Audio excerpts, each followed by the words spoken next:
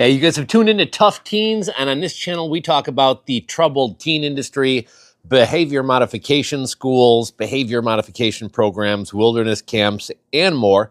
And this is a new series we're doing on this channel called Survivor Stories, where we share the stories of individuals who've been in WASP programs as well as other teen programs outside of WASP as well. And today's story is about a girl who spent time at Spring Creek Lodge. This girl's name is Valan, and this is going to be called Valan's Story. This is Paris convinced me to share the story of my time at Spring Creek Lodge Academy, SCLA, in Montana from 2008 to 2009. So she was there towards the end of the program. It hit me hard when Paris talked about her insomnia and being afraid to close her eyes.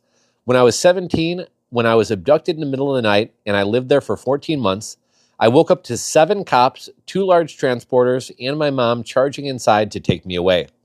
I still don't understand how she convinced them that kidnapping a 120-pound teenage girl with no history of violence required 10 people. That night broke any trust I had in the police. I still see members of authority as dangerous people I should avoid. None of the police officers expressed that they cared why I had run away or if I deserved to go. I had run away because my relationship with my mother was toxic and living with her had become unbearable.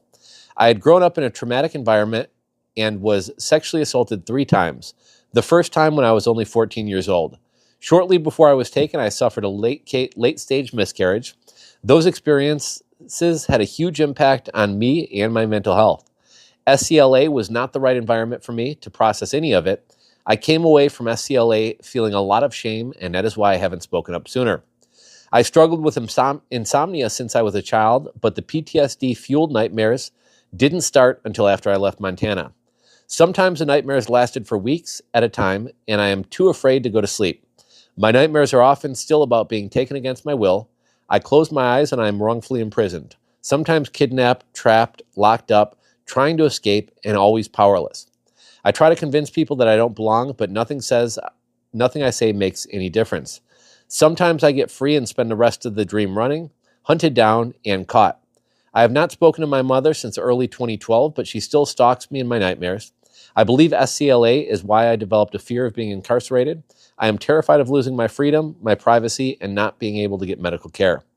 Montana wasn't the first time that my mother had abandoned me, but it was the first time that my rights were literally signed away.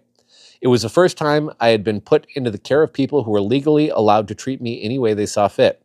It was almost impossible to not lose any points, even if you knew all the rules. Every time you lost points, you had to gain that many points back to level up.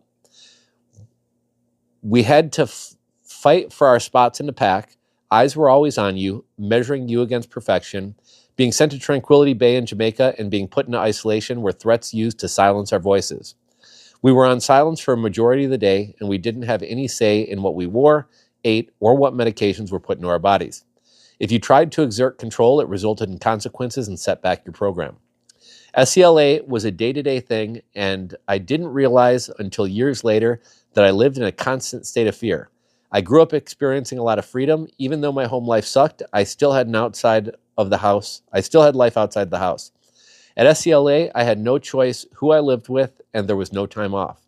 At one point, 2 families merged into one, and there were 22 of us living in a room with 11 bunk beds.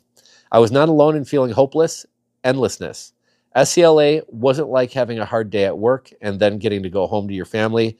We couldn't call up anyone for love or comfort, and everything we wrote was censored. The days dragged by, and none of us truly knew when we would leave.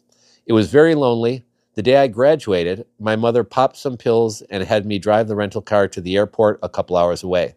I didn't have a license or even a driving permit, but she threatened to leave me there if I didn't drive us. I was told over and over that they had saved my life. Some of the other program parents shamed me for not being grateful. I experienced emotional and verbal abuse and medical neglect and left with more trauma than I came in with. It magnified every issue that I already had, and none of that saved my life. It only added to my baggage. My name is Valan, and I am